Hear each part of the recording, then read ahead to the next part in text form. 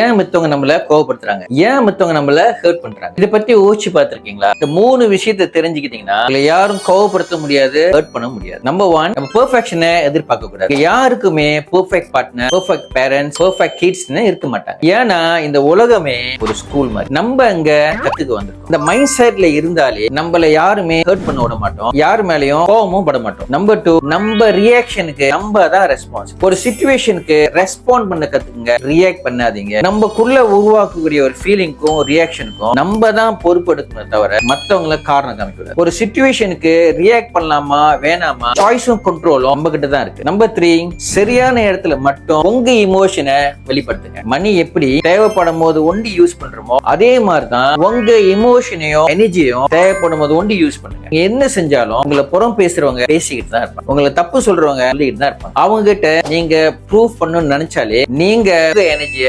தப்பான இடத்துல வேஸ்ட் பண்ணிருக்கீங்க. யாருக்கும் நீங்க இங்க நிரூபிக்க வரல, ரிவெஞ்ச் எடுக்கவும் வரல. நீங்க லேர்ன் பண்ணவும் உங்க சோலோட growthக்காகவும் தான் இந்த பூமிக்கே நீங்க வந்திருக்கீங்க. சோ நீங்க எப்படி ஹாப்பியா காமா இருக்கலாம்னு சொல்லி ஃபோக்கஸ் பண்ணுங்க. Stay positive, stay connected to the universe all the time.